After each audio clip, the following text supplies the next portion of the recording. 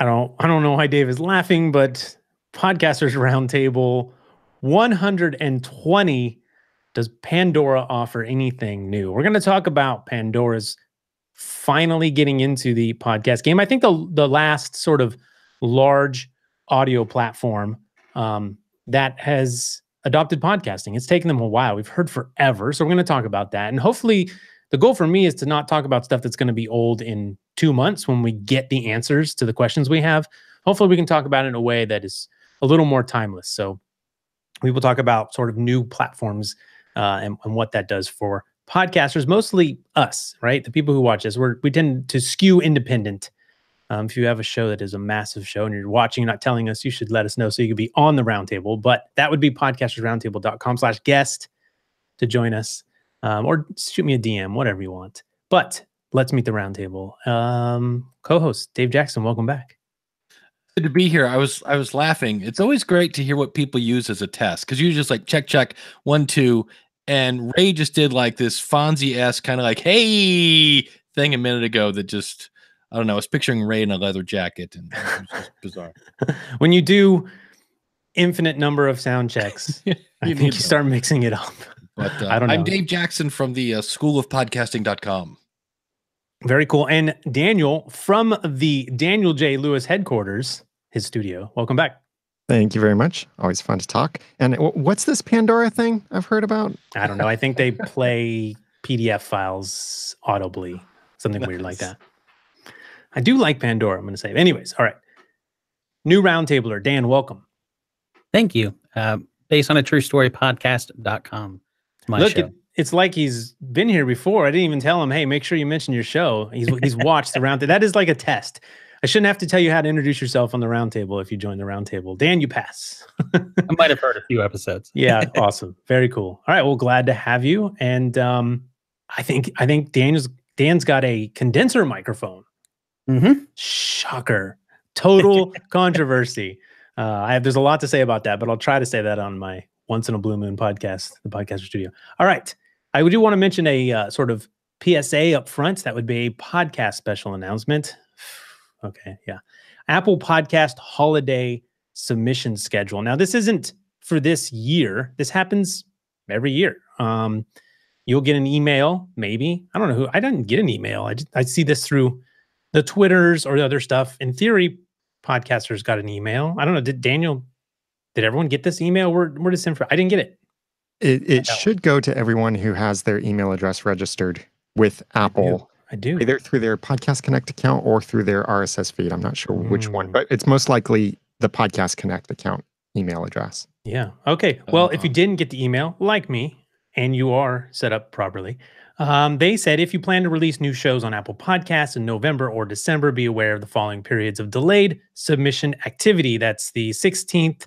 In this case, this year, it's the 16th through the 26th of November, and December 21st through January 2nd. That is 2018 and 2019. So those dates may change in the future, but I just want to put out there is to know that this happens every year. Nothing is broken. Dave's going to definitely hear about it. He's going to get tickets that things are broken at Apple. Well, the thing we have to make sure people understand is that this isn't new episodes. This is new shows. So if you're getting ready to launch... They probably shouldn't use the word shows. In this case, I do like the word shows, but it is confusing. Yeah, because I can see people going, wait, what? How are my audience? I'm putting out a special Thanksgiving episode. And you're like, no. Same thing happens if you say podcast. Right. Yeah, it's true. Yeah, what do you should say episodes. Come on, an episode. You got to say this. At least maybe specify that it's not episodes. Yeah. You're going to freak people out. You already have. So 2 things on this clarification. Yes, I just checked. It went to my Apple ID email address that I used in Podcast Connect. None of my email addresses that are in the RSS feeds for my podcast. So if you don't have a Podcast Connect account, that's why you didn't receive it. Maybe I do. Maybe I'm laughing because back in 2005, I was using a Hotmail account. So that's probably where that email went, which I haven't checked in like a decade. It says in the footer, you are receiving this email newsletter because you have submitted a podcast to Apple Podcasts. The other thing about this, that section that mentions site manager reporting, most likely unless you have either the ability to walk on water or, well, no, let's just cut it off there. Most likely you don't have Site Manager. So you don't have to worry about any of that reporting stuff. That's nothing at all to do with your Libsyn or Blueberry or whoever downloads stats, nothing to do at all with your podcastconnect.com stats. Site Manager is something completely different. Ray pours out water onto his floor and sees if he can walk on it because I have Site Manager, so things are looking up for me. Not for my own, for work. Anyways, yes, very few. Isn't that going away, Daniel? Did I hear something that was going away? It probably will, because it is very, very old technology running it, from what I've heard. So another thing about this, that it does happen every year.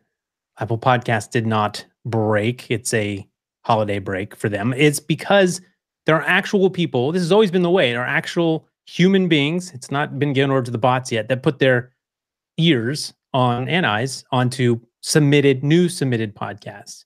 I think this is cool, especially it seems like something you wouldn't really expect from Apple, that this has always been the way, especially being the #1 place that podcasts are submitted to. Do you guys like this, or would you rather it be turned over to the bot so things just went through? Well, I don't mind it. I like the fact that they're giving their people some time off, because you always hear about Apple, and their, alleged child labor in China, whatever, things like that. The thing that people also need to realize is when they turn this back on January 3rd, they're going to have 15 days worth of shows there's going to be a big stockpile. So it's not like, okay, well, I'll submit my stuff on January 3rd. It'll come out January 4th. It's like, no, probably How not. many get submitted in a day? Do we have any idea how many podcasts get submitted every day?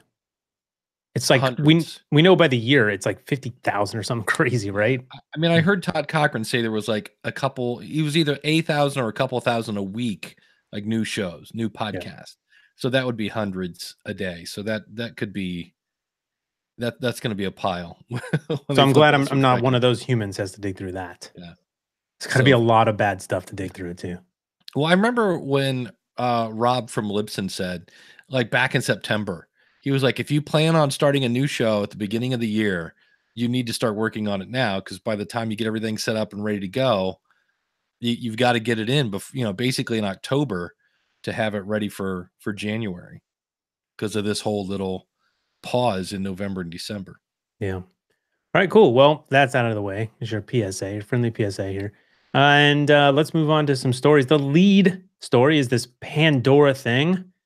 And Dan, you had this listed in your story, so we'll let you lead off. But just up front, I would say most podcasts, I don't think, the independents, us, our audience here, not seeing real traction on average on something like Spotify. We've kind of seen this happen already, right? Spotify and Pandora kind of equals, even though Pandora is bigger, I think, from a user base. So I am curious, what do we think will be different about Pandora over Spotify, over all of it? But anyways, what is Dan, what is the Podcast Genome Project? Well, the Podcast Genome Project, I don't know that it's not going to revolutionize, I don't think, anything. I think it's just another platform.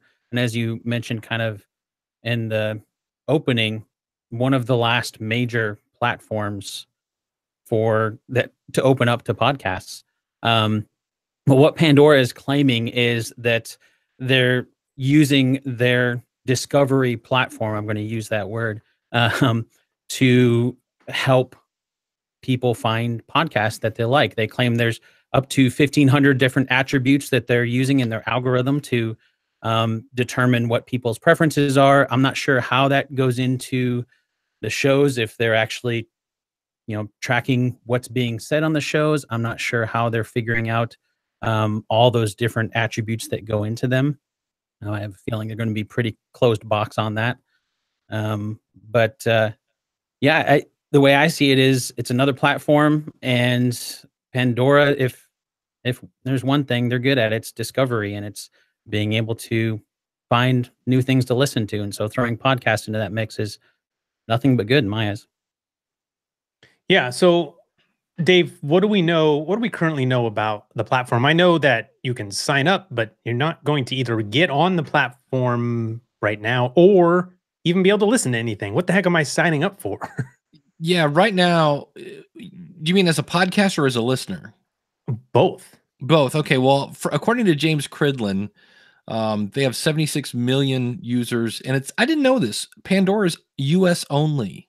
You can't get Only? I didn't that's know what he that. said. Because that brings me, just to interrupt, Because- Josh Liston said that Pandora is no longer available in Australia. So it Okay. sounds like it once was. So. Yeah. And then according to Uncle Google and TheVerge.com, Spotify has 83 million paid subscribers.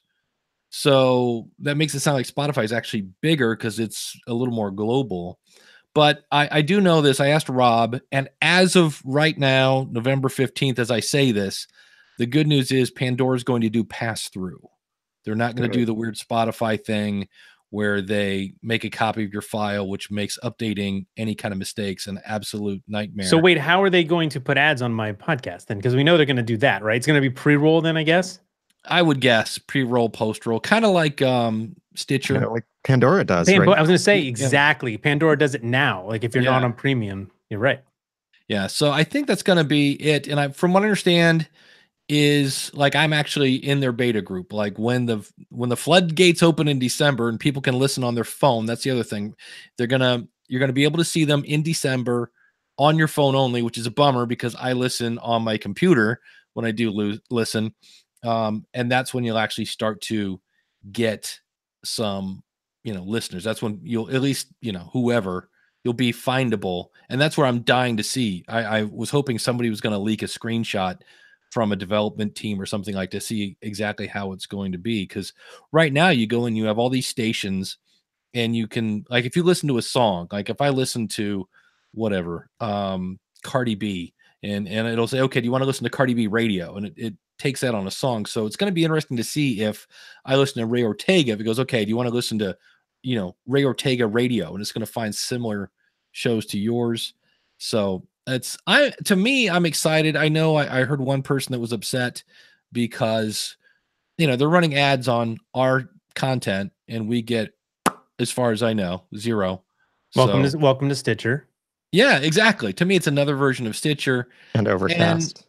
And Overcast. I don't know. Daniel, what are your thoughts? Tons of other apps. I Yeah. have no problem with ads between content. Yeah. Now, they are not stitching in ads.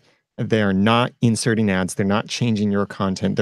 They may put ads between episodes, or I don't know. Well, I don't know. They might do something like pause the playback of an episode and play an ad and then resume the playback of the episode. I could see them doing that since episodes are longer than songs.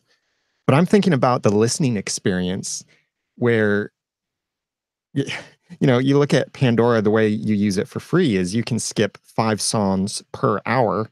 After that, you can't skip anymore. You can only change stations.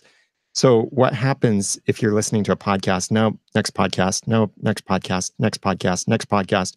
Oh, now I'm forced to listen to this one on this station because I can't skip anymore. You upgrade to $5 a month. That's how they finally got me. I wanted to skip ads. Finally.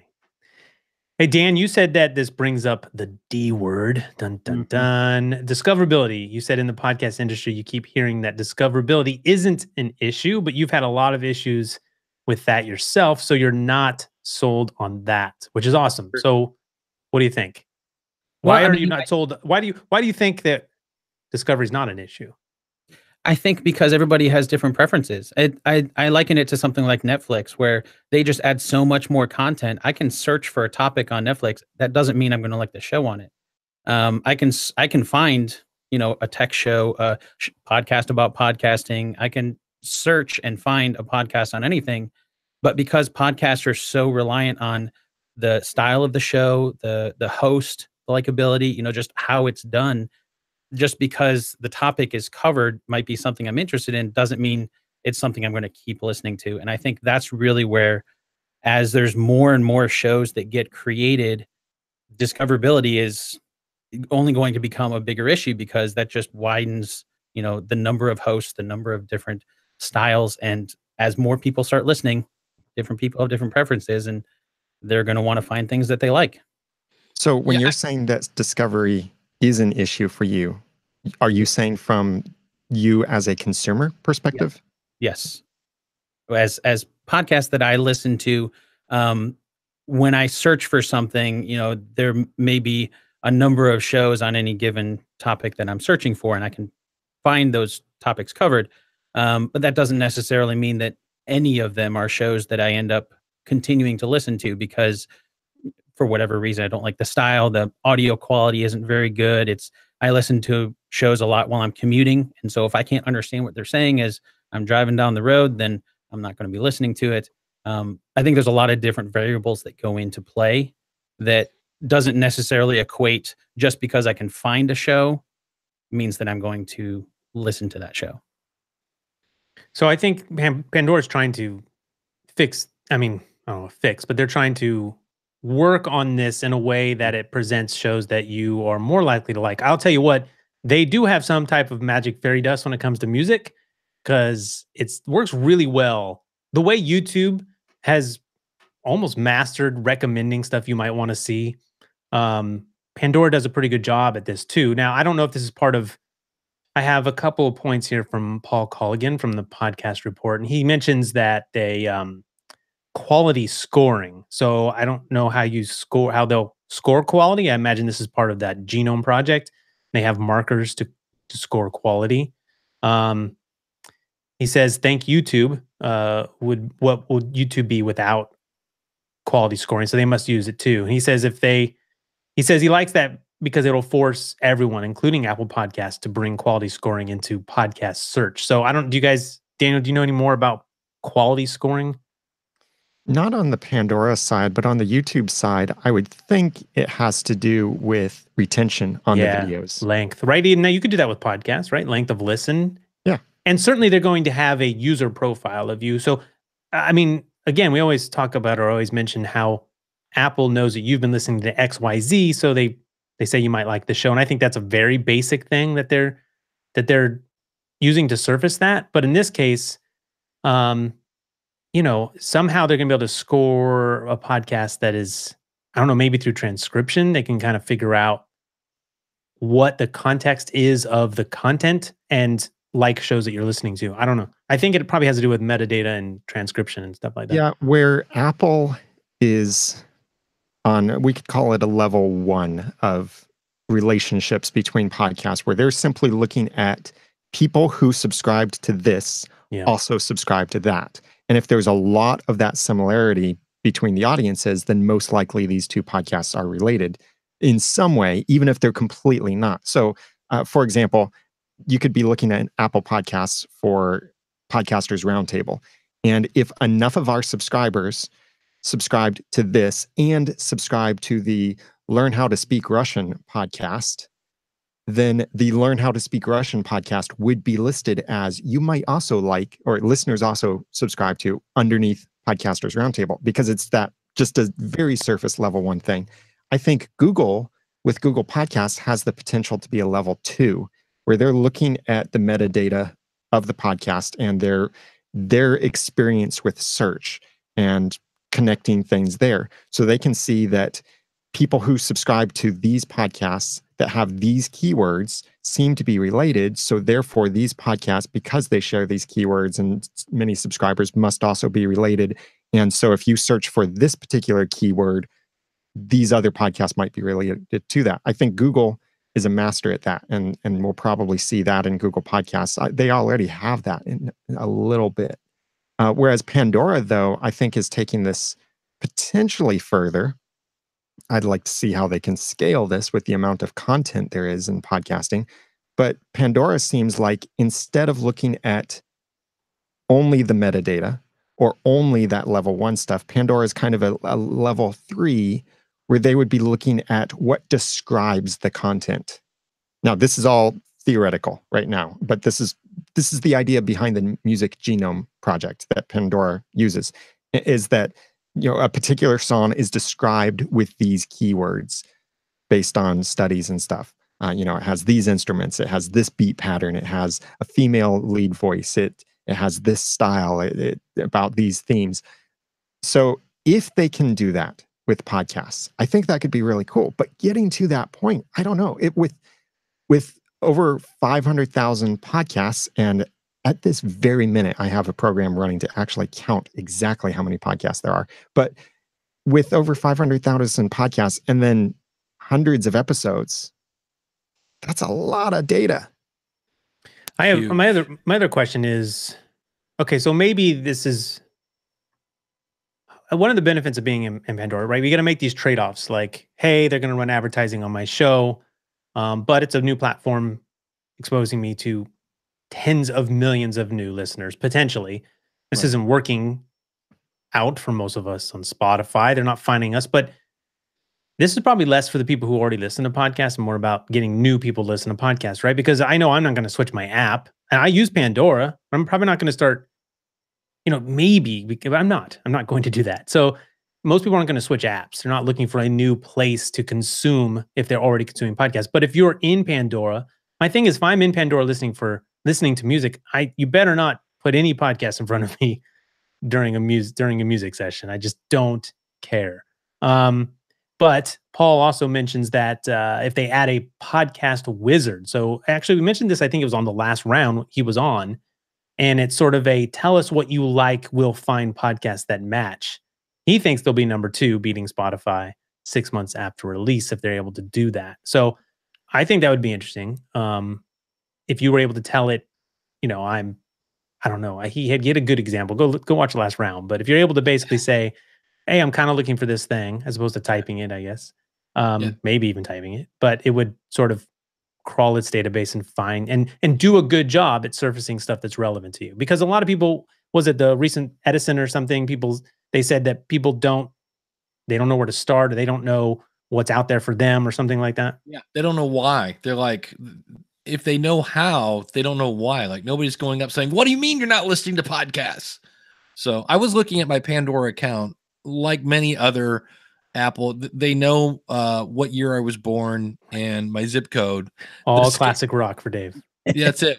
Exactly. The other thing I did notice that I haven't connected, if I wanted to, I could connect my Facebook and Twitter account. I'm assuming so I could share stuff, but I'm like, I don't want any Facebook data in this stuff, because now they're going to know everything about me. And that could be, I doubt they're planning on using that to do that. But I just was like, that could make things interesting if they're reading Facebook data. Well, maybe, I mean, you have to think that this is maybe one of the advantages that Google has, is they have Google and they have what you have searched on Google. And then I don't know. YouTube seems to be pretty separate, but if they've used that at all in helping them surface what you would like on YouTube, I mean, they're using some kind of magic, because I just sit there and watch the next thing they just put in front of my face. So I had the weirdest Google experience today. Somebody on Facebook said, whatever song is number 1 when you're 14 is supposed to somehow shape your life. Eye of the Tiger, Dave? No. Actually, Do You Think I'm Sexy by Rod Stewart. Oh, Disco. He didn't like that song. Yeah.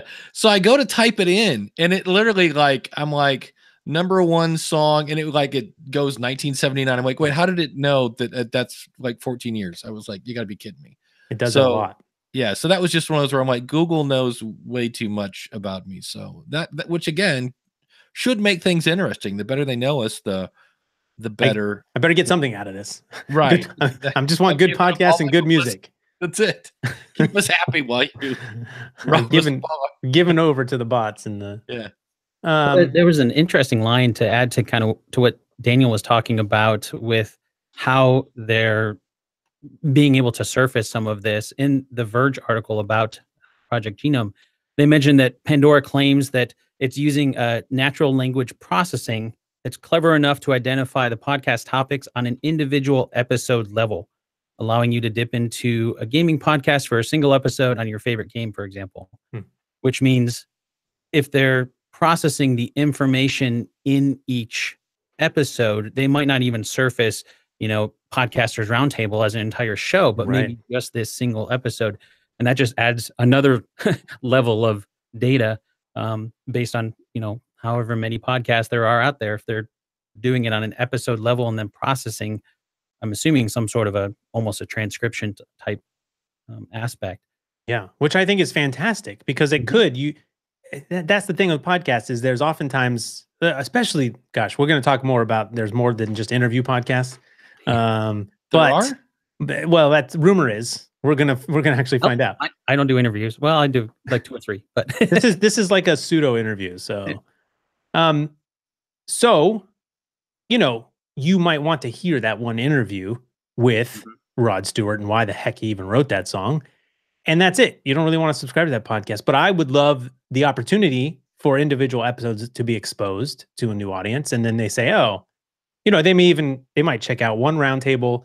And then, of course, they're going to hear about several other podcasts from the people on the roundtable. And they might jump off and go, listen to School of Podcasting or Dan's podcast. Who knows? So I think that's, we talking about what do we think will be different? It sounds like there's an opportunity that they might be trying something different, which I hope, because otherwise it's just another platform.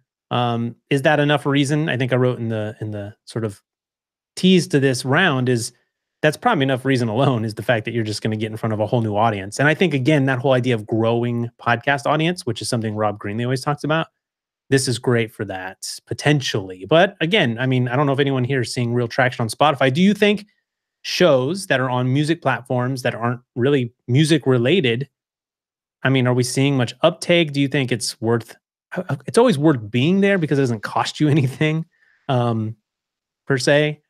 But I don't know. What do you guys think about podcasts on music platforms now that we have 2? And I think Google used to be wrapped in with their music. So the big thing is why they love our content, because everybody's now talking about Pandora and Spotify. Right. You don't have to pay us any royalties, even though the royalties they pay on Spotify are dismal. We're still free content. All you have to do is, in their case, they're silly enough to host our files for us, which is silly. But I think that's the big thing, is we're cheap content. But if no one's listening, what good does that do for them? And I know Rob has talked about this, and I've seen this. It seems to be shows that are aimed at a little younger demographic, and like comedy shows, for whatever reason, seem to do really well over there. But I know there was just an article in Rolling Stone saying, will podcasting save Pandora? Because apparently they're losing money. And I'm looking at an article right now at seekingalpha.com from February of this year, explaining how Pandora lost 41 million the first quarter this year. And I'm like, maybe that's why they're doing this. They're trying anything to we just need more people over here, because as we mentioned earlier, the more annoying they can make the experience, the better the chance that people will then upgrade to the premium version. For what is the premium version? $10? You can do $5 for no ads, which is what I do. Then $10 actually lets you do a Spotify like experience where I just found this out by accident. You can actually say, I actually want to hear that song. But anyways, we won't sell it here because we're not getting any money. But I know that in the beginning, so right now we talked about sort of what do we know, and we'll know more. Well, a lot of the questions we've asked will be answered, but they're not inclusive in the podcast that they are letting into the platform in the beginning. So they're not letting all podcasts, right? I know that the Blueberry team is probably very unhappy because they don't have a partnership with them currently. Spotify did this too. That's all changed. Anyone can be on Spotify now. So it won't matter so much in 6 months. It could have other implications for those individual businesses. I don't know. But what do you think about this sort of limited access? Actually, one of the podcasts I have at work is I'm assuming, I think I've heard something like 450 podcasts are going to be there in the very beginning. They've invited like that many podcasts. We're one of those. But I don't know. Maybe I'm wrong. Dave, there's too many D's today. It's all Dan's and Dave's. I'm really confused here. Dave, you do have a relationship, Libsyn. So what do you know about how many podcasts are going to be available? That I don't know. That's the first time I've actually heard a number. I just know I'm in there, and I was very happy, but the School of Podcasting is going to be in the initial. Now, is that separate from, did they invite you separately, or is that a Libsyn thing? That is Rob coming to me going, do you want to be in Pandora? Right. And I went, yeah. Right. So that was okay. That's kind of a Libsyn thing, I would think, at this point. Rob is sort of. Well, and the nice thing, Rob's been working on this since 2012. Right. He's been, and it's just, anytime you work with these big companies, it's always a treat, because we've heard forever about this, but took them forever for whatever reason. Well, yeah. And from what he said in the feed, you get it this close to launching or whatever, and then the person you're working with gets transferred or whatever. So I'm not downloading your app, by the way. I was really annoyed by that whole go download. I get it. You're getting a lot of people that download the feed app, but I'm not doing it, Rob. It's not happening. yeah. Dave will tell us everything. I also found that, and I have the app, but I still it's on like screen number 7, and I was like, wait, where is it? So, I'm not doing it. You know your marketing play. All right. Well, so it's not inclusive. Not every podcast that exists, and Spotify again did this as well. It seemed to have worked really well. People were just clamoring, which is a ha-ha joke to a company that no longer exists. Clamoring to be on Spotify. Dave knows this very well. That's sort of creating the scarcity, right? The scarcity model, and people just want to be on. Everyone's going to want to be on Pandora too. Well, I have a question. Yeah, they are. I can hear the feet scampering now as they do that. But Ray, since you listen to Pandora all the time, how much new music do you discover on Pandora? You know, now it's a great question, because oftentimes I feel like they're not exposing me. It is a lot of stuff that I know, but a lot of it is my own fault, because within a few bars of a new song, I'm like, nah, thumbs down. Like, I got to give myself a chance. I'm a bad music listener. So I don't know how much.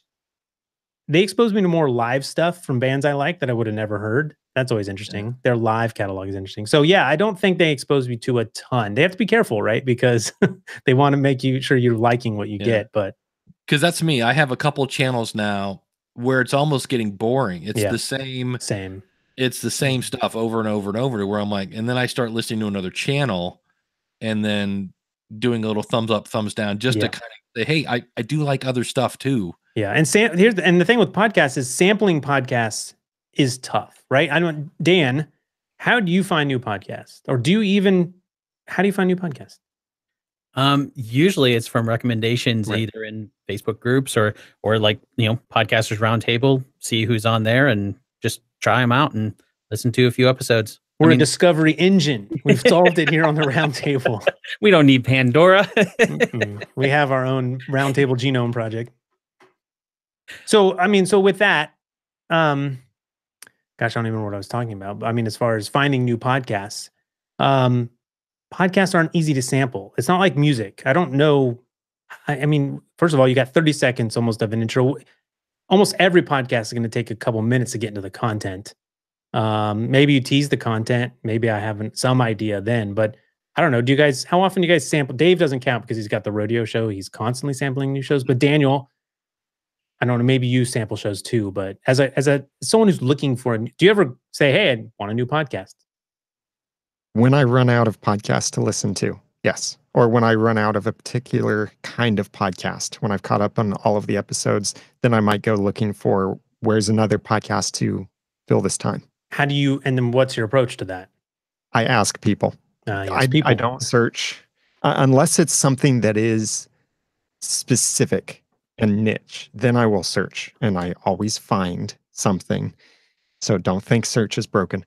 But if, for example, several weeks ago, I posted in the Podcast Movement Facebook group asking for comedy podcast recommendations and asking people to rate on a scale of 1 to 5 the amount of profanity or the heaviness of profanity in the podcast, because not only was I looking for new comedy podcasts to try, and I don't like extremely explicit stuff, but I also wanted to know podcasts that I could recommend to other people. So if I saw that a lot of people recommended this particular podcast, even if it wasn't for me, I would be able to say to someone else, a lot of my friends like this podcast. Maybe you should try this. Yeah. And so I tried the interview technique of just let it be quiet, and the stone would fill the dead air, but it just didn't happen. Oh my goodness. I'm reading notes. So Dave, if there's anything from the chat, definitely grab that from us. But Daniel, I guess related question, or Dan, whoever, do you imagine that having podcasts just sort of put in front of you would be a way that would be something you'd enjoy? I mean, do you think Pandora is going to be successful with what we know so far? I mean, it's hard because everyone consumes different. We can't assume for someone else. Maybe if we put ourselves in the mindset of a non-podcast listener, they'd be like, oh, what is this stuff? These are people talking. This is crazy. Well, the thing I guess I'm confused on is, okay, Pandora puts Podcasters Roundtable in front of me and I go, ooh, I like that show. Do I have to wait for it to come back on again to listen to it? Or am I, No way. I'm sure you could just subscribe. There's got to be a way to go, yeah, let's get this out of the hole. As they love this phrase, it's a lean back experience. Okay, well, how do I take the lean back experience and make it a sit up experience because I want that now? That's the part that I'm all for, like, hey, put my stuff in front of people and see if they like it. But like, let's hope they don't say upgrade to premium if you want to choose the episodes you want to listen to, because that's really what you have to do now. If you want to pick songs off an album, you have to be on premium. But they want this to be successful. There's no way that they're going to hide that from you or put it behind a paywall. If they do, forget it. They're going to have a hard enough time as it is. So paywall it and it's over. And maybe that's why they're only letting in a limited amount initially to figure a lot of that stuff out. Because as you bring up, there's some things that have to change on their platform to go from music to podcasts in order to implement a lot of that on the technical side. Just, that functionality, who knows if they have that sort of stuff readily available. All right. Well, there's probably more here. I mean, Paul also thinks that, what do you say? If Pandora Music opens up self-serve ads option for podcasters, he says he'll be investing in SiriusXM, which, by the way, I bought SiriusXM whenever they launched like 10 years ago at like, I don't know, 10 cents a share. It's my most successful stock ever, even though it was up at like the peak, it was up really high and it's gone way back down. So I am all for it. I'm rooting for this. It's one of those buy it and forget it type things. But I was there when they merged companies. That didn't do anything either. I wish I held on to my stock too. Oh, you had some too? That's cool. Yeah. Yeah. Actually, every stock I had is doing really well now. But then again, I cashed out to buy my house. So it was a fair trade. Also worth it. Yeah, exactly. Anyway, self-serve ad options. I don't know what that means, but I guess that means we pick from a pool of ads. We say, I'll take that one. Or does he mean where we could do ads? Like, how can I advertise like my Overcast? Podcast? Yeah, like Overcast. That would be interesting. I mean, Overcast already. I felt like it was something new because we've seen it. But yes, they should do that. I do love what Overcast is doing that way. Now that would be interesting, and so much of this depends on what that experience is actually like, and that experience could change after they release this. A couple months later, they may change it. But maybe instead of hearing an ad for your podcast is inserted into the queue of someone else's station if it matches on certain keywords that you purchase. That could be interesting. Could it be something, if it's self-serve ads, almost something like Hulu does, where some of them you get to choose between, do you want to watch this ad, or do you want a longer ad, or do you want to, have some shorter ones throughout? Well, I was thinking self-serve ads is more for the advertiser, right? Was that the context of when it was mentioning it? I don't know. Paul just said if they open up self-serve ads option for podcasters. Okay. Yeah. Then that would be, for the advertiser. Yeah. Okay. Here's a question. Do they have to have this right out of the gate? Have what? Do they have to like hit it out of the park? Like no. Wow, look at this experience. Because the reason I asked that is, for me, the Google Podcast app was so almost not an app at all that I was like, pfft. And when I hear them like, hey, Google now does Chromecast, I'm like, it was just like, call me when you get downloads, kids, and I'll think about it. So to me, I'm like, if they come out and they just lay an egg, is that it? I mean, how many strikes do we give platforms? It doesn't help, obviously, but I still feel like the major advantage now, I don't know, they probably need a lot of people to listen for it to work for them. Yeah. For us, it's just about always being put in front of someone who maybe hasn't heard a podcast before and will like our content. And that is kind of apples and oranges, because Google Podcast didn't have a pre-made audience of 76 million people. So that's not really. It makes me wonder if they're trying to get new people to come to Pandora, or if they're just trying to keep people from leaving Pandora and keep them on their platform. Well, it is. That's certainly at some level competition, like staying up with your competition, right? Spotify, they have to offer the same thing. So, because what if people who are on Spotify, or people who were on Spotify discovered podcasts. Anyways, yeah, you don't want someone going, hey, they're like, oh, I'm going to use Spotify now because it's got podcasts and music. Even though I feel like the platforms are different for music. So you'd get different, I use them for different reasons, but yeah, it's interesting. I mean, obviously they have to keep up. Yeah, it does make you wonder, I guess, are we big enough? Okay, so since they are sort of one of the last big platforms, as we say, to bring on podcasting, are we that good? Like, are we the future? Because these platforms does it say something about podcasting that these companies keep wanting podcasting? It doesn't care. Anchor switched their platform to be podcasting. SoundCloud added podcasting. Two things we're not big fans of, but these companies all are getting into it. We know Audible has tried to do something they call podcasting. I mean, like forever. I don't know. I'm just wondering if it's good for the medium. I think they're trying to provide more value to their current base. Are we just hot? And trying to become the ultimate base for audio entertainment. Yeah. I think Dave hit on it with it's content that you don't have to pay licensing to. Yeah. And I don't have it in front of me, but I remember reading somewhere recently that, Spotify, I don't think they've really ever made a profit. I think they make most of the money that they make just goes back to licensing a lot of that music. And they don't have to do that anymore they still do for music, but on the podcast side, it's a lot cheaper content. If they can make it work, it would work really well.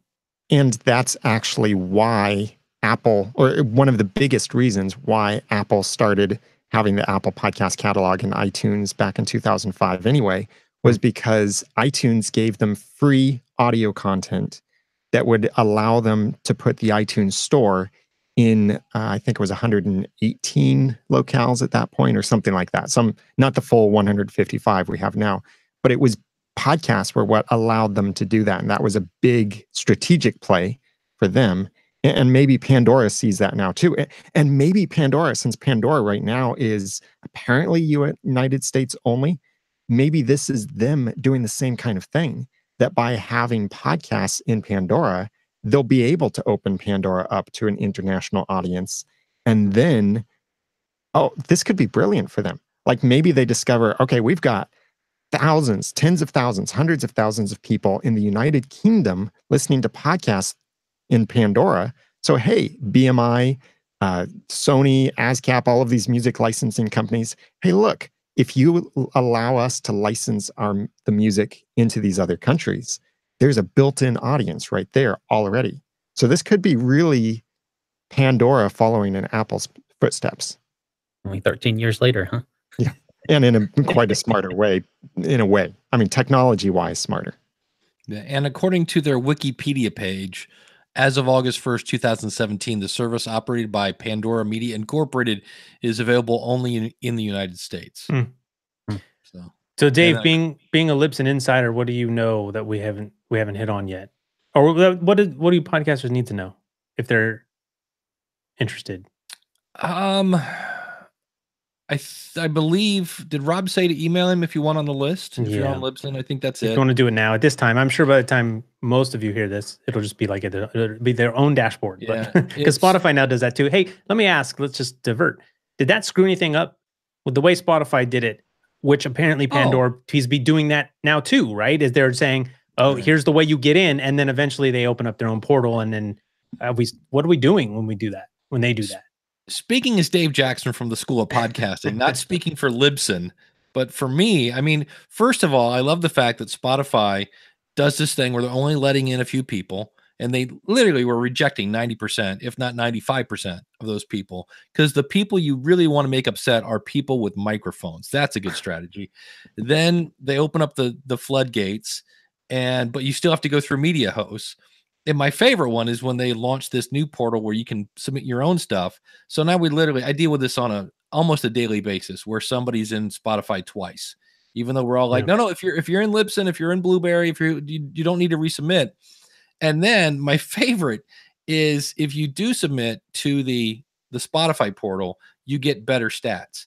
And we're like, hey, Spotify, like, what's up? How come you have better stats and we've been there here the whole time being your human punching bag? and it's just something they got to put into their API, and we're ready for it. And so, yeah, I'm hoping Pandora, learns from that. Now, in the meantime, we've gone through some growing pains with Spotify, and there are some people that are getting a lot of traffic. And, Rob always quotes how it's number 2. That's really I forget the last time he said it. Like, not everybody's in Spotify.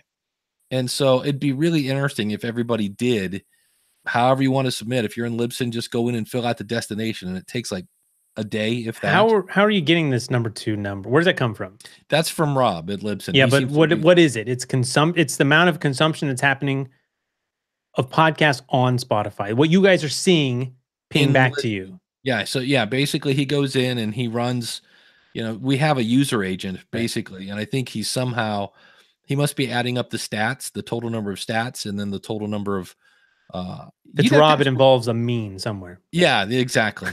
And so he's just saying that. I think number 3 is Overcast. I'd have to go back and listen to the feed. It's usually because it used to be Stitcher. Stitcher was number 2. It's funny because Stitcher, by becoming number 2, which was sort of open for it feels like a long time because the Zune blew it, and they could have been. Yeah. Microsoft should be number 2, but anyways, well, that's a joke in itself. But but Stitcher sort of won this, like in our minds, they won the hearts and minds by being. You're like, oh, I thought Stitcher was number, because that's what I heard. Stitcher was number 2 all the time. I don't want to be number 2, by the way. This is starting to sound, as it comes out of my mouth, being number 2, maybe not as good as number 3. Who's 3? Anyways, being number 2 doesn't mean much, right? I mean, I guess it does translate to big numbers, but it's such a small percentage compared to Apple Podcasts. Yeah, the thing that's always interesting, it's always like Apple was somewhere between whatever, 60 to 70%. And it's probably closer to 70, 80 if you add Apple Podcast and iTunes and, all that. And then it's always like, and then you jump down to number 2, which is Spotify, which is a much smaller number than number 3. 1. And and then when you go to number 3, it's minuscule. I'm talking like 3%. Yeah, it's so like, yeah, so it's, Spotify is, Apple's so far ahead, then Spotify is number 2, and it's way ahead of number 3, but it's just, yeah. So it'll be interesting to see with another legitimate player involved, really what happens there. That's my whole thing. I can't just wait for it to, it's going to be like Christmas, man, in December. We're going to have we'll have more stats to obsess over. Daniel, why do you think Apple holds its strong lead, or why do you think that, is this just a bunch of people who've always been listening to podcasts and we're not really growing the audience? So it's just us on listening to on the podcast app. I don't listen to the podcast app. So I think it's because Apple has been the dominant, easiest way to consume podcasts for a while. So that was kind of just the de facto thing. Plus, because of that, podcasters have kind of shot themselves in the foot by pushing iTunes or Apple Podcasts so much so that people who have an Android device say, oh, I don't have iTunes on my Android smartphone. I can't listen to podcasts. So it's kind of a self-creating problem. Yeah. Absolutely. And I mean, it helps to be first. Well, and then that's always one of those things that, because Apple came on first, and exactly what Daniel said, then everybody promoted it. And I still go to websites now where somebody will hire me. They're like, I'm not getting enough downloads. How can I grow my audience? I go to their website. There's one button. And I'm like, you do know that 80% of the people on that side of the pond have Androids, and you have no button for them, 0. And I'm like, so there's super low hanging fruit. And then you send your invoice. Pay me. That's it. Easiest job ever. Here's a badge. I'm going to give you this nice shiny badge I created. It took me hours. It says Google Podcast. Just use it. Yeah. Pay me. We're just snake oil salesmen, Dave. It's just all we are. We're all right. The old guard. Yeah, exactly. All right. Hey, well, any naysayer besides, I know Todd's very unhappy with the way the launch is going. Any other reasons why we don't like this? Anything not to like? Pandora's adding podcasts. It's been inevitable for so long.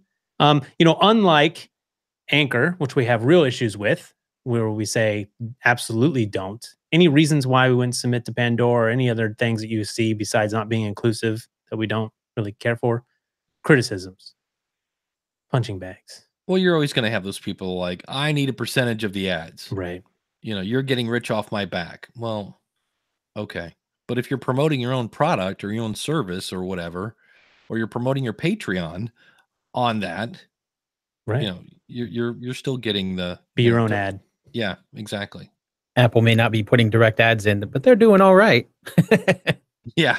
Pretty much every platform, I mean, they make money. They got to do it. All right. So That's everyone, what's that? Well, that's what I'm waiting for. I'm waiting for ads so that I can in the Apple Podcast app. I want them to do the overcast and put little ads at the bottom. I was playing with the Apple Podcast app. If you haven't played with that in a while, it's really confusing now. I remember when that used to be Now. and I was like, what? I was like, somebody asked me to find that website link. And it used to be listen to the episode, you scroll to the very bottom, and there it was. And it took me like 4 tries. I was like, oh, there it is. Like, how'd you get there? And I'm like, I have no idea. But there it is. Yeah. Let me retrace my steps and write it down as I go.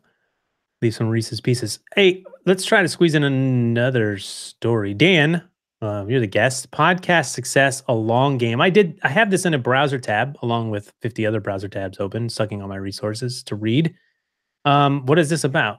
Because I was interested. Yeah, I mean, it's some stats. The author of this pulled a bunch of stuff from, I believe, the Castbox directory. But the one that really stood out to me was the stat that said half of all podcasts have 14 or fewer episodes. And I always remember from hearing, like the feed and such that, or, pod fading, that term tends to be 7.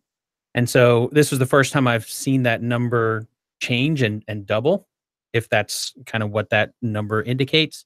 And so I was just kind of throwing it out there as, what does that mean? If that number doubles, is that a good thing? What does that mean for podcasting overall? If now pod fading is 14, is it the barrier to entry is lower when we're talking about Anchor and how it's so much easier to create podcasts now? Or is it that there's just it's getting better? There's people are actually doing it for longer before burning out. Daniel, Dave, did anyone read this article? I did. I left a comment at the bottom. I said, I would love to know the media host that probably rhymes with canker, that shows how many of these that have 1 episode. And so, because when you're not paying for hosting, you have no skin in the game. It doesn't matter if you have 1 episode or 10. But isn't that kind of thing with pod? I mean, isn't that one of the reasons why pod fading is so prolific? Is that it really doesn't take anything to start a podcast, right? In theory, it could all be done for free. And so the barrier to entry, there's no one to say, you know what, that kind of sucks. Go work on it and come back, right? There's no gatekeeper. So it's easy to try. You're going to see a lot of failure. And by failure, I mean just people say, forget it. It might not be a failure. Well, that's the thing that, not to go back to the Pandora discussion, we're kind of, but that's the thing. I wonder if they never open up the floodgates, or if they have a submission page, are they going to look at that and go, I'm sorry, Binkley and the Wiz, your audio is horrible, and you dropped the F-bomb 13 times in 8 seconds. No, that'll be interesting to see if there is any kind of, approval process. Right. I talked about how Apple puts human ears and eyes on every podcast, but they don't. They're filtering for more technical stuff, right? Like using artwork that doesn't have their products in it, or profanity in the titles and stuff like that, or not labeled explicit, stuff like that. It's stuff that's their specs, but they're not really saying the sound sucks, not yet at least. That could be interesting. I mean, to me, I don't know. I feel like I built a brand on quality, so I'm like, do some curation of quality, but that's so subjective. Well, and the other reason I say that is there are people that, hey, at Libsyn, they'll be like, hey, I've done this show for 4 years. I think we're done with it. Is there any way we can put it on pause? And I'm like, all media hosting is like the electric company. You don't pay your bill, you don't get electricity. So if you don't pay your media hosting, we quit hosting your stuff. And I'll say, go down to the $5 a month plan. And you'll be amazed at how many people go, I don't know, $5. And I'm like, okay, well, so again, this is why I go back to, I wonder if it's these free sites where they go, I'm done with this show, and they just walk away because, well, there's absolutely zero skin in the game. Wouldn't that drive the number down though? Lower than kind of the average number of 7 overall? instead of being 14, Well, would drive the number down there or 7 less? That's just a number I 7 was remember not hearing. the average or even the mean. It was the way I think I remember Todd Cochran originally saying it was most podcasts don't make it beyond the 7th episode. Yeah. Okay. And so to say that the average is 14, that's a completely different number. I mean, See, it's like, I was remembering it as being the average was 7, but yeah, I don't think it is. Okay. And now the number, like Todd shared a new number at Podcast Movement, and he said the new number is 3. Most podcasts don't make it past 3 episodes. Wow. And again, that's a different number right. from average. Well, that would make sense with what you're saying, Dave, about just the barrier to entry being a lot lower. Not Yeah. going to make it past 3 because you don't have any skin in the game. Yeah. So whereas somebody who doesn't, they make it to whatever number and they cancel their account, eventually that feed is going to get pulled out of Apple because, or does it, Daniel? If my feed goes dead, yeah, it gets pulled. Yeah. So eventually that's not going to be in there, which would then, in theory, I realize this particular article is based on Castbox, but that would potentially pull it out of any kind of statistics for that type of article. So, Dan, what else does it say? I mean, it's saying about a long game. It's just saying that, hey, you kind of like all these pod-fated shows or these shows that have less than 14 episodes. They kind of gave up on it, right? They said, "Oh, this didn't do what I thought it was going to do." Probably. I mean, or it's hard. I mean, let's face it, it's hard to keep going. I don't know why, if you're a massive success, whatever that is to you, makes you keep going. But yeah, well, they were kind of making the point of the flip side of that, where the most successful shows have a lot of episodes. So they have a little count on there of Joe Rogan having 1,300 episodes. Stuff you should know, over 1,100. And again, that's being in Castbox, and I know some of them. I want to say I don't listen to Joe Rogan, but Stuff You Should Know, I know some of them are kind of just archived on their own site. So I don't know if that's pulling that in or not. But the point that this article is making, that to be successful in podcasts, it's a long-term thing. You have to stick it out. Revolutionary statement here by these guys. Something we've always talked about forever, right? Like the obvious, but it is, more people hear it, the better. People realizing, especially now, like I said, our podcast hot. People come into this thinking, my goodness, I got to have a podcast. Well, yeah, if you think of like with Pandora, if that's opening up to more people that aren't familiar with podcasts, and then they want to create their own. A lot of I see is all the time where people, it's so easy to create a podcast, and then once they realize how much work it is, and I'm not nearly on the level that you guys are, but just in seeing it in various Facebook groups and stuff like that, they're like, oh wow, this actually takes 5 hours of work a week or 10 hours of work a week, and it takes a lot of work to put something together that's quality. And once they realize that, they start to either drop off or dig in, and then they have the skin in the game and hopefully become successful. Well, people leave too because they don't have big numbers or what they think are big numbers, right? Right. Yeah. They get that and they see, wow, I've got 23 listeners. And when you're expecting 200. Why did you start is my question. Like, I mean, I started because I just wanted to speak into this darn thing and share. But so, the audience is secondary in terms of how much there is. If a couple of people are listening, awesome. But I guess people just, I don't know what they want from it. Maybe, we've seen lately a lot of YouTubers are going to podcasts, big YouTubers, and they're seeing the same thing. I guess they're seeing that, like, I need massive audience. I make a living on YouTube. It's because I have a massive audience, and that goes with ads. You don't just start a podcast and necessarily have ads per se, unless you go with third party offering. So, I guess maybe more of it too is that, the YouTube probably has some effect on that in terms of self-fulfilling prophecy, maybe too, of so many people talk about downloads and talk about subscribers, and that seems to kind of be the numbers that are spread around in the entire community. And so if you're new and you jump into these communities, start learning how to do things, and those are the numbers you see, that must be what success is, and that kind of changes that. Yeah, and that's I think for some of the smaller shows that are still going, 3 years later, to me, I usually hear a hint of service in the host. Either I'm serving them by giving them information they can't get anyplace else, or I'm helping them do something or things like that. Where, and not that YouTubers aren't, they're serving their audience many times trying to make them laugh. But that again is kind of a way of service. It's their passion. I think it's the people. I still say people that get into podcasting to make money quickly are the people typically, if I was going to paint with a really wide brush, those are the people that make it to episode 7. They've put out close to $100, if not more. They're not seeing any money come in. They get their first stats. They see 28 downloads and they're like, oh, forget it. And they just drop the mic and walk away. So could be. Awesome. I think we can cram one more in here. This is my favorite part of the show because now it doesn't matter like leave big gaps and only the hardcore are left listening. So they're just enjoying, literally, like the campfire's low. We're almost out of beer. And like anyone who hasn't gone into the tent to go to bed right now. Well, there was beer who nobody told me.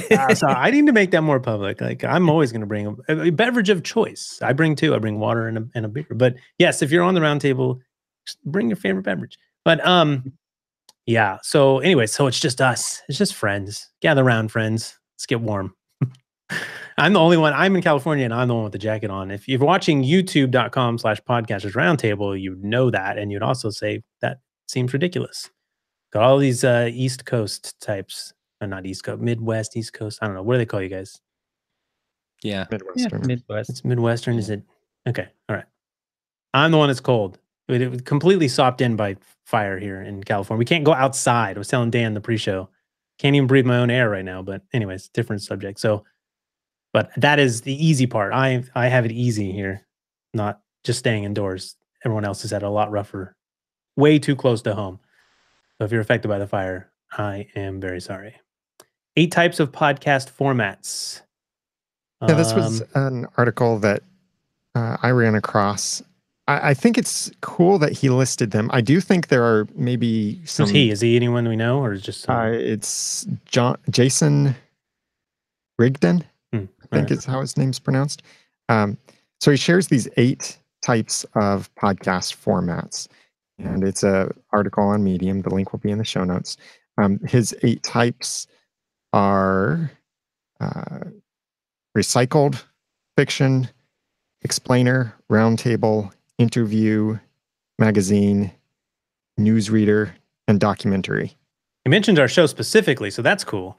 Yeah, exactly. I think what this is missing is like, where would you put comedy in this? Yes, there are comedy roundtables, but comedy, if it's one person doing comedy, that's not an explainer. And also think about like if it's more interactive with your audience, where your audience sends you questions and you answer the questions. It's not really an explainer. That's not really a roundtable, but it's more interactive, like a Q&A format, something like that. And recycled, calling recycled a podcast format, repurposed, right? Same thing. Yeah, well, yeah, and he's saying that this is where life. you take, something from the radio and put it out as a podcast. I wouldn't call that a podcast format because it's the format describes the content, not whether the content was somewhere else. It just doesn't make sense to call it recycled. I'd just say recycled shouldn't even be on there. Well, I don't know. Yeah, it's kind of weird. If you look at explainer, so if somebody's making a joke about a topic, but that's not an explainer, because the whole point in this article is an explainer is supposed to be educational. And comedy is taking a topic and let's go past the line, probably. Let's push things a little bit and then see if I can bring my audience back to it. But I'm like, no, that's not. I'm with you. That's one that's missing. Although I don't know. I don't listen to a lot of comedy shows, but most of the people that are comedians, they don't do anything funny. I only remember Jim Norton. No, I forget, but there was one guy that used to do rants. He would just get on and rant. Like I've heard a lot about Bill Burr's show. It sounds like he just gets on and goes off on topics, which to me it's kind of like a stand-up thing. So, and I understand it would be hard to be a stand-up comic and then use all your material in your podcast, because then when people come to pay to hear you, they're like, hey, we've already heard this stuff. Yeah. Where's the new stuff? It's definitely not as funny listening to one guy telling a joke in a podcast. You have to have the back and forth and hearing someone laugh at their own jokes. Yeah. The main takeaway that I love about this article is that, hey, guess what? There are more podcast formats than interviews and comedy and true crime. Well, that's too bad, because I was going to turn this into a thing where we interview comedians and then murder them. Oh, that would be good. And we explain how we did it in the process. I'm basically just turning the game Clue into is it Clue? Yeah, I'm going to turn it into our podcast. You just see one of the people disappear. Like, who on the roundtable did it? We were not going to murder people. Okay, first of all, if you're transcribing my voice on Pandora and you're matching me up against serial killers, we're going to pod fade them. Is what we're going to delete their podcast from iTunes, and you got to figure out who we did it to. You have been erased. You've been eliminated. Yeah, that's right, erased. What happened to him? I let their podcast go. All right, see, we now officially. Everyone, go to your tents. I'm out of beer. The cooler's empty. I think we've just pour something on the fire. We're done. We know when this thing goes off the rails. All right, awesome. Well, hey, let us know where we can find your podcast. And we're keeping that discovery engine going here on the Roundtable. And thanks for joining us. Dan, thanks again for your first Podcasters Roundtable. Yeah, thanks for having me. You can find my show at basedonatruestorypodcast.com. Wait, can you give us the elevator pitch? The elevator pitch? Yeah, so I compare movies with history. So like Titanic is a very popular movie, but obviously not everything happened. So I go through and just compare what happened in the movie with what actually happened in history. And sometimes it's more realistic. Sometimes it's not. So that would be Explainer podcast. You're an Explainer podcast. I would, yeah. I guess if I had to fit into one of these, I would probably put it in Explainer. All right. We want to make sure we fit you into some category. Can't have this rogue stuff living on your own. All right. Hey, thanks again so much. Daniel, thanks for joining us. Thanks for being able to be here the whole time from your studio. We got the royal treatment today, signified by the blue in the background. Yeah. And a bonus, I actually put an episode out for the Audacity to Podcast recently to talk about sharing the experience that I talked about last time with getting kicked out of Apple Podcasts, some of the data that I've researched, things I've been tracking with other podcasts. But you can subscribe to my podcast and more over at theaudacitytopodcast.com. Very cool. I thought it was just a blog post. So now I can listen. Right? It was going to be, but then I realized... You kept calling it that. Why don't I just put this out also as a podcast episode? I've already written the script. I'll just pretty much read this. And so that's what I did. Very cool. Yeah, definitely check that out, because he's got new content and you're going to get all the details you need. Daniel goes deep dive every time, so we enjoy that. Dave Jackson, thanks for showing up, man. Yeah, this was a fun conversation, and you can find me over at schoolofpodcasting.com. Awesome. All right, everyone. Podcastersroundtable.com/guest if you would like to appear on a future roundtable. 121 next time. Wave goodbye. We're out of here.